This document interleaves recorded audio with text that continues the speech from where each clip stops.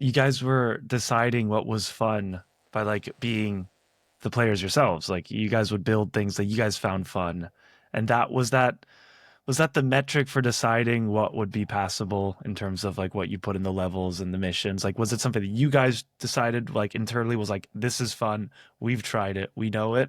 Because modern gaming today, some of it, so much of it is now just like, what does the data tell us? How many people are engaged? How many people are dropping off? And especially for like mobile, but even in like other games where like slowly it's getting kind of becoming more of like a kind of an app store kind of a approach where you're just looking at the data to decide what's good. Yeah, I think there's a maybe a difference with multiplayer game design and single player. You can do, I think, do metrics, and I've never really been involved with where heavy metrics were a thing. What we did was had a thing called Kleenex testers, and that's focus testing. You have a fresh guy come in and play the game, and we did this often.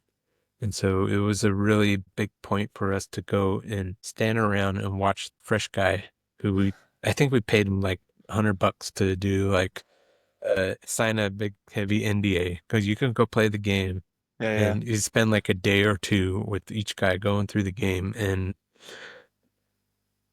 we would sit there and huddle over and watch, and it was like designer hive mind of like I'd have my own ideas about it, and then other guy would chime in, what's going on, and you would find weird stuff with that. Like you would set up the sequence of like, okay, here's a bedroom, and you have all this stuff going on outside the window, and you have this vision of the player going up and looking out the window and seeing the stuff, maybe there's a sniper rifle there and he's going to be the sniper. But what happens is you had like the alarm clock on the bed that's the lights blinking, and the player's like, what time is it? And all this stuff's going on outside the window. You did not expect that. So Yeah, yeah. sometimes the solution is just to pull the plug on the alarm clock and the player can go to where you need him to go. But it was very revealing of the gameplay stuff that we needed to do to make it happen. So you guys needed people to like this is basically your version of user testing, which you find fresh person, I guess is the term here. Yeah, and you can't have the designer that knows. I already know that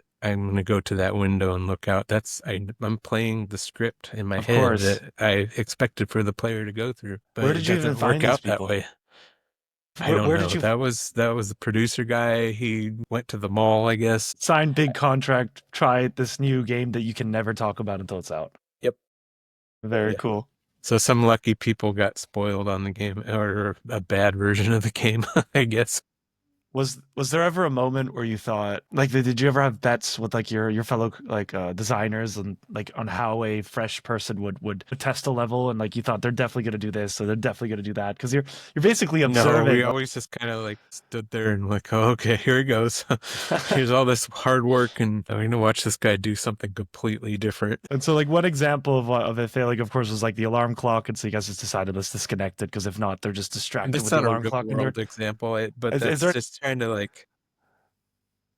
do you say have a an pretty example sense. then A real of world, I'd say, was my Jeep ride in Modern Warfare, where you're riding down the hill and it's all bumpy and bumpy, and then there's a street that's like perpendicular, and you're gonna get on that street. You're done with the bumpy road, getting off of the base that you just exfiltrated, and you got some guys behind you, but in the street there's some other guys that were kind of wrapped around, and they're gonna come after you, and you take a 90-degree turn, and when you do that, the view for that stuck on the car kind of goes with it, and you're looking in the sky, and there's some enemies to your left. And that part lost so many testers. They would just kind of like, whoa, look at the scenery. Because I put all these cool mountains and trees and stuff, and they're like the pretty trees. And then suddenly the red jelly of death is coming, and they're just yeah. dying. And they would die right there. And I watched a lot of people die there. And that's one of the real world things. And I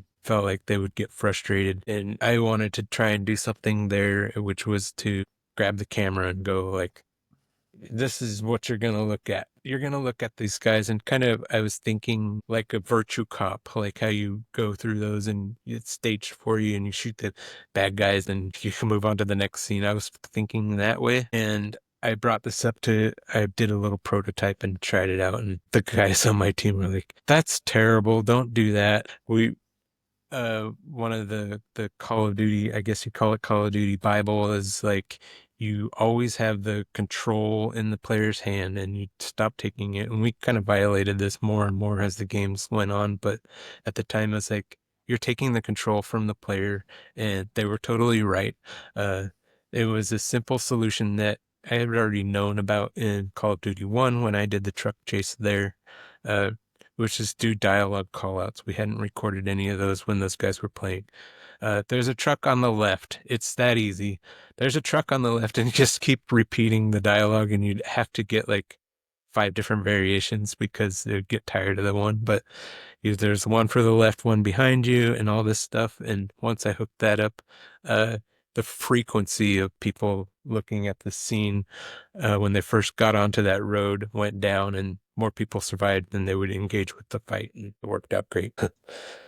Got it. That's so interesting. Again, just going through that whole process of figuring out what's fun, what's playable. How did that evolve as the team got bigger and bigger and bigger? Like at some point, I think you guys had like 400 devs on these games. So like, how did it feel going? Like as kind of the franchises went. Sorry, as the games went to the next one, and the team Well, kept getting bigger and bigger and bigger.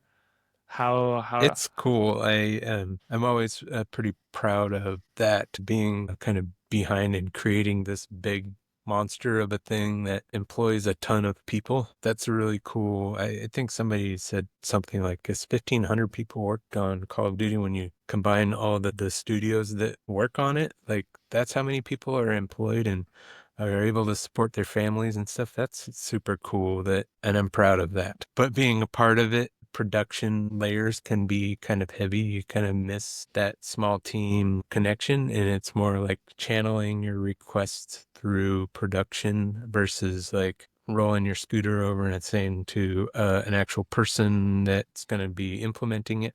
I think it would be cool to have this animation where we do this instead of this, and like are able to like on the fly do these things where now you have to make sure things are on a schedule and gonna hit and all these things. It does get a little heavy with the bigger team. It's kind of necessary to have those layers of production though to keep it organized. So there are a bit of pros and cons. Like when you're a small Yeah. team, you're more reactive. You can kind of decide things on a whim, or maybe you can just they're less kind of there are less hoops you have to jump through to get something to happen. But then once it's like a really big project and there's like a schedule, you gotta get approvals. You have to talk to other teams. You have to wait Yeah. maybe a couple hours or a day to like get an answer, and then you don't even know if that's even gonna get accepted, etc. Yeah. Becomes a little bigger, but you can definitely do bigger, better things with the bigger Yeah. team. It's just you got to have the right people in those places. What was the biggest level that you feel, or biggest kind of mission or experience that you were a part of that you were like, I am most proud of this one?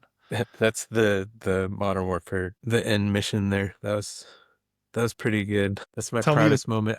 yeah, When I did why? the walkthrough, I was like, I'm gonna spend like a half an hour talking about this, and I walk through and talk about like I did all the art. Like, man, I made that building is I was blazing trail with that. Nobody else was using USGS data to generate a height map to do the mountain over there. And talk about that. That mountain's from my hometown. It's the one that I can see in my backyard. I put it in the game, and all these trees, like we had tree assets, but to make that many trees, you had to like do like billboard trees, and I took screenshots against a gray background and masked out the back and did like these stamps of trees so that we could put lots of trees. And I did all that. And there's like people have complimented me on my cool lake technology where it had a reflection, but it wasn't really a reflection. It was the mountain on the other side inverted and drawing underneath the water. And uh, there's also the geometry part of that, and then I did all the scripting part of it. So it's like the whole thing. I did that, and